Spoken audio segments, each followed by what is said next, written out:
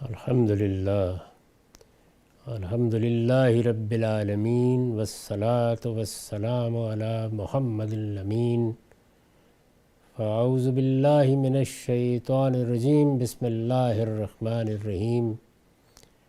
خواتین و حضرات، ہم مشکوٰۃ المصابیح میں کتاب الصوم کا مطالعہ کر رہے ہیں۔ اب اعتکاف کا باب شروع ہو رہا ہے۔ ام المومنین سیدہ عائشہ رضی اللہ عنہا کی روایت ہے ان النبی صلی اللہ علیہ وسلم کان یعتکف العشر الاواخر من رمضان حتی توفاہ اللہ ثم اعتکف ازواجہ من بعد۔ وہ کہتی ہیں کہ نبی صلی اللہ علیہ وسلم رمضان کے مہینے میں آخری عشرے میں اعتکاف کرتے تھے۔ یہی معمول رہا یہاں تک کہ اللہ تعالیٰ نے آپ کو وفات دی۔ اس کے بعد اس روایت کو آپ کی ازواج نے قائم رکھا،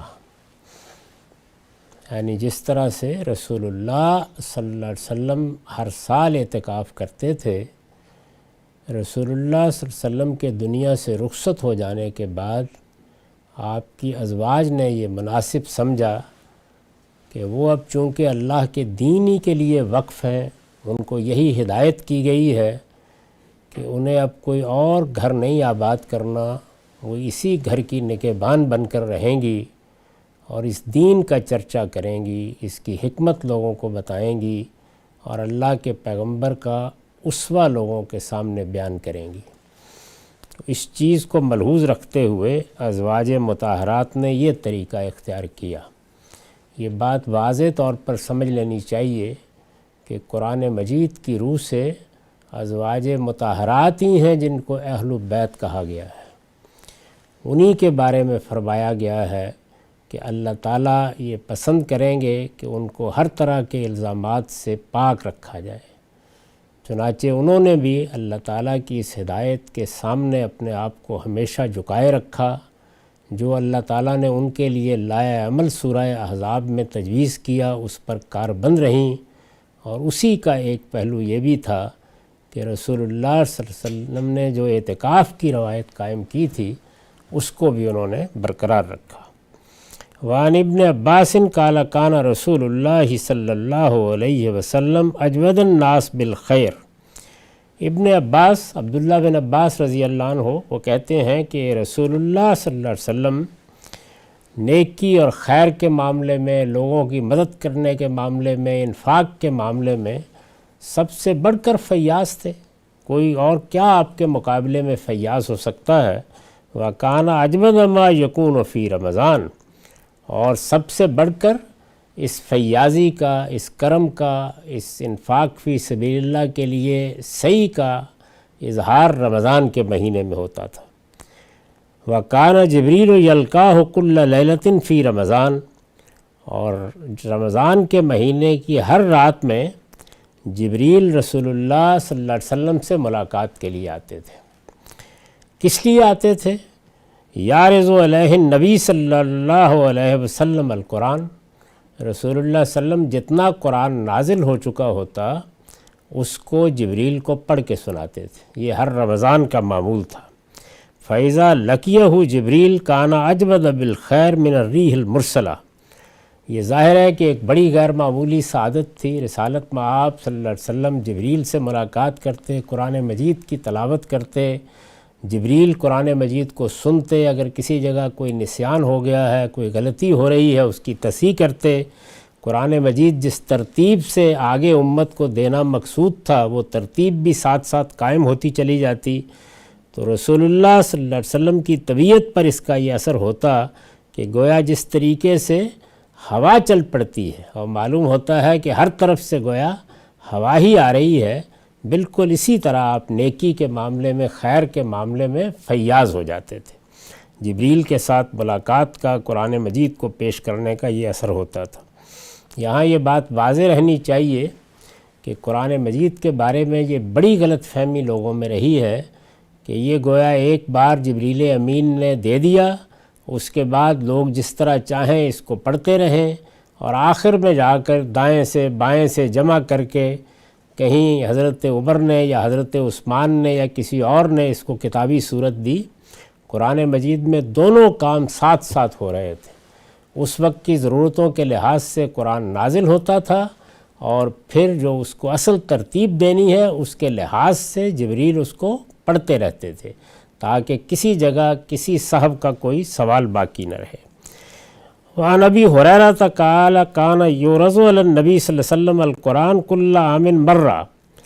ابو ہریرہ رضی اللہ عنہ کہتے ہیں کہ رسول اللہ صلی اللہ علیہ وسلم پر قرآن ہر سال میں ایک مرتبہ پیش کیا جاتا تھا، یعنی پورا قرآن جیسے جیسے وہ نازل ہو چکا ہوتا تھا وہ ایک نئی ترتیب کے ساتھ، وہ ترتیب جس میں اب وہ ہم کو ملا ہے، رسول اللہ صلی اللہ علیہ وسلم پر پیش کیا جاتا تھا، اور یہ ہر سال کا معمول تھا۔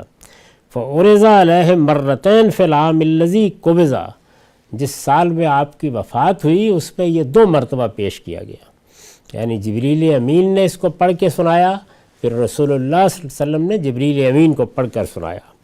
وَكَانَ يَعْتَكِفُ كُلَّ عَامٍ عَشْرًا، اور رسول اللہ صلی اللہ علیہ وسلم اسی کے پیش نظر ہر سال 10 دن کا اعتکاف کرتے تھے۔ فَاعْتَكَفَ 20 فِي الْعَامِ الَّذِي قُبِضَ، اور چونکہ یہ معاملہ 2 مرتبہ ہوا آخری سال میں، تو آپ نے اعتکاف بھی 20 دن کا کیا، یعنی 2 عشروں کا اعتکاف کیا۔ اس سے اندازہ کیا جا سکتا ہے کہ رسالت بآب صلی اللہ علیہ وسلم کے ہاں یہ معمول قرآن مجید کی تلاوت، قرآن مجید کو اخذ کرنے، جبریل کو پڑھ کر سنانے، جبریل کے آپ کو پڑھ کر سنانے ہی کے لیے ہوتا تھا۔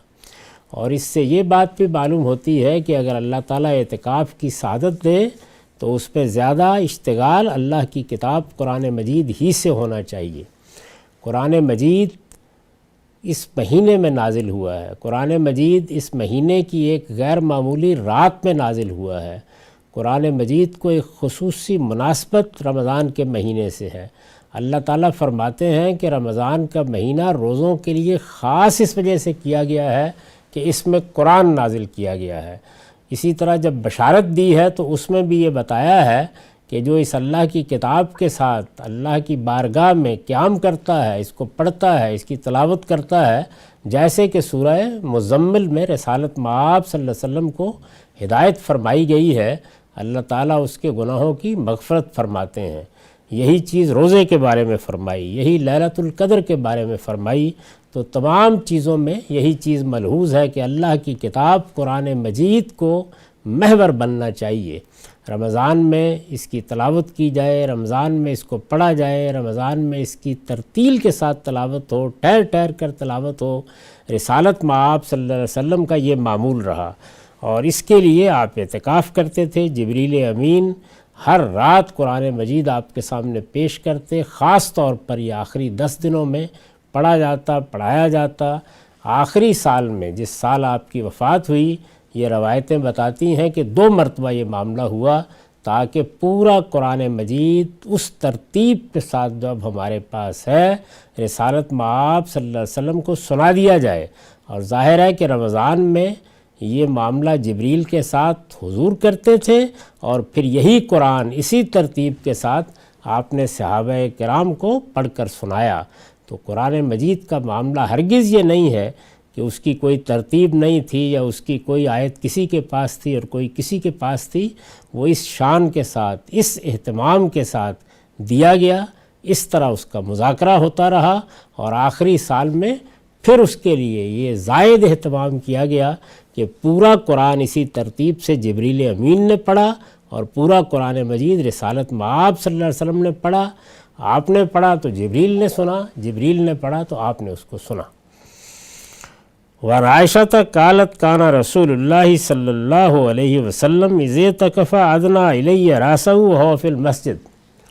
سیدہ عائشہ بیان کرتی ہیں کہ رسول اللہ صلی اللہ علیہ وسلم جب اعتکاف کرتے تھے تو اپنا سر، حجرہ چونکہ ساتھ ہی تھا تو میری طرف جھکا دیتے تھے۔ ظاہر ہے کوئی کھڑکی ہوگی یا دروازہ ہوگا، وہ مسجد میں خود رہتے اور سر جھکا دیتے۔ فَأُرَجِّلُهُ، تو میں کنگھی کر دیتی یا جو کچھ اور کچھ تھوڑی بہت صفائی کا اہتمام کرنا ہوتا تھا وہ ہو جاتا۔ وَكَانَ لَا يَدْخُلُ الْبَيْتَ إِلَّا لِحَاجَةِ الْإِنسان، گھر میں بھی آ جاتے تھے اعتکاف میں لیکن کسی ناگزیر ضرورت کے لیے، یعنی اس کے سوا گھر میں نہیں آتے تھے۔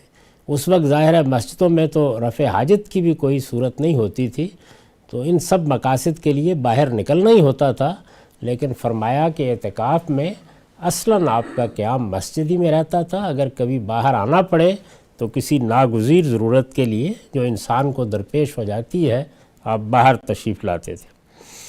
وعن ابن عمر ان عمر سأل النبی صلی اللہ علیہ وسلم قال كنت نظرت في الجاهلیة ان اعتکف لیلة في المسجد الحرام قال فعوف بنظرک۔ عبداللہ بن عمر رضی اللہ عنہ کہتے ہیں کہ میرے والد عمر بن الخطاب نے رسول اللہ صلی اللہ علیہ وسلم سے پوچھا کہ میں نے جاہلیت میں نظر مانی تھی کہ میں ایک رات مسجد حرام میں اعتکاف کروں گا۔ اس طرح کی روایتیں تدبر کے بغیر نظر سے گزر جاتی ہیں۔ یہ اندازہ کیجئے کہ اعتکاف کی روایت کب سے موجود تھی اور مسجد حرام میں اعتکاف کیا جاتا تھا۔ خود سیدنا عمر نے یہ بتایا کہ جاہلیت میں انہوں نے یہ نظر مانی ہوئی تھی، کسی وجہ سے پوری نہیں کر سکے۔ قال فعوف بنظرک، تو رسول اللہ صلی اللہ علیہ وسلم نے کہا کہ اللہ کی نظر جب بھی مانی ہے اس کو پورا کرو۔ اللہ تعالیٰ کے ساتھ نظر گویا ایک طرح کا وعدہ ہے، اور اللہ اپنے بندوں کے ساتھ وعدوں کی خلاف ورزی نہیں کرتا، بندوں کو اپنے پروردگار کے ساتھ کیے گئے وعدوں کی خلاف ورزی نہیں کرنی چاہیے۔ تو اس لیے نظر کے بارے میں یہی ہدایات سے معلوم ہوتا ہے کہ ماننا یہ چیز تو کوئی بہت پسندیدہ نہیں ہے، اس لیے کہ آدمی ایک بڑی ذمہ داری قبول کر بیٹھتا ہے، بعض اوقات اس میں کوتاہی ہوتی ہے، لیکن مان لی جائے، یعنی کوئی نظر آپ اپنے اوپر عائد کر لیں تو پھر اس کو پورا کرنا ضروری ہے، کیونکہ یہ اللہ کے ساتھ ایک وعدہ ہے۔ تو یہ معلوم ہوا کہ جاہلیت کے زمانے میں بھی بہت سی چیزیں اسی طرح موجود تھیں، اور یہ ابراہیمی دین کی روایت تھی۔ رسالت مآب صلی اللہ علیہ وسلم نے ان کی تطہیر کی ہے، ان کی اصلاح کی ہے، ان کی تجدید کی ہے، اور پھر ان کو اپنی تصویب سے مسلمانوں میں جاری کیا ہے۔ وعن انس قال کان النبی صلی اللہ علیہ وسلم یعتکف فی العشر الاواخر من رمضان۔ انس رضی اللہ عنہ بیان کرتے ہیں کہ نبی صلی اللہ علیہ وسلم عام طور پر آخری عشرے میں اعتکاف کرتے تھے، جیسا کہ سب روایتوں میں بیان ہو رہا ہے۔ فلم یعتکف عامن، ایک سال آپ نے اعتکاف نہیں کیا۔ بعض دوسری روایتوں سے معلوم ہوتا ہے کہ اس میں کوئی سفر درپیش تھا۔ فلما کان العام المقبل اعتکف 20، پھر جب اگلا سال آیا تو آپ نے 20 دن اعتکاف کیا۔ اس سے پہلے ہم ایک روایت میں دیکھ چکے ہیں کہ قرآن مجید کے لیے بھی آپ نے 20 دن اعتکاف کیا، یعنی آخری سال میں۔ تو یہ بھی ایک واقعہ ہے۔ ظاہر ہے کہ صحابہ کرام کے علم میں جو بات آئی وہ انہوں نے کسی موقع پر بیان کر دی، اور آگے کسی راوی نے اس کو دوسروں تک پہنچا دیا۔ وعن عائشۃ قالت کان رسول اللہ صلی اللہ علیہ وسلم اذا اراد ان یعتکف صلی الفجر ثم دخل فی معتکف۔ سیدہ عائشہ کہتی ہیں ام المومنین کہ رسول اللہ صلی اللہ علیہ وسلم جب اعتکاف کا ارادہ کرتے تو فجر پڑھنے کے بعد ثم دخل فی معتکف ہی، پھر اس کے بعد جو اعتکاف کے لیے جگہ بنائی گئی ہوتی تھی اس میں آپ داخل ہو جاتے ہیں۔ ہمارے عام طور پر لوگ مغرب سے پہلے داخل ہوتے ہیں، لیکن روایتوں سے معلوم ہوتا ہے کہ رسالت مآب صلی اللہ علیہ وسلم فجر کے بعد بھی اعتکاف میں داخل ہوتے رہے ہیں۔ وعنہا قالت کان النبی صلی اللہ علیہ وسلم یعود المریض وهو معتکف۔ سیدہ ہی کا بیان ہے، یعنی سیدہ عائشہ کا، کہ نبی صلی اللہ علیہ وسلم مریضوں کی عیادت کرتے تھے، یعنی جب کہ آپ معتکف ہوتے تھے، لیکن کیسے کرتے تھے؟ فَيَمُرُّ كَمَا هُوَ فَلَا يُعَرِّجُ يَسْأَلُ عَنْ، یعنی چلتے چلتے حال چال پوچھ لیتے تھے، عیادت کر لیتے تھے، رکتے نہیں تھے سوال کرتے ہوئے۔ گویا ساری توجہ وہی مسجد کی طرف رہتی تھی، اعتکاف کی طرف رہتی تھی، لیکن اس طرح سے عیادت بھی فرما لیتے تھے۔ اس سے یہی معلوم ہوتا ہے کہ کوئی ضروری چیز ہے اس میں زیادہ وقت نہیں لگایا گیا، آپ نکل ہی نہیں آئے ہیں، یہ معلوم ہو رہا ہے گویا آپ نے اعتکاف ہی ختم کر دیا، یہ نہیں ہونا چاہیے۔ لیکن جو ناگزیر چیزیں ہیں وہ اس طریقے سے کی جا سکتی ہیں۔ ابھی اس باب کی چند روایتیں باقی ہیں، ہمارا وقت ختم ہو گیا۔ وآخر الدعوانا الحمدللہ رب العالمین۔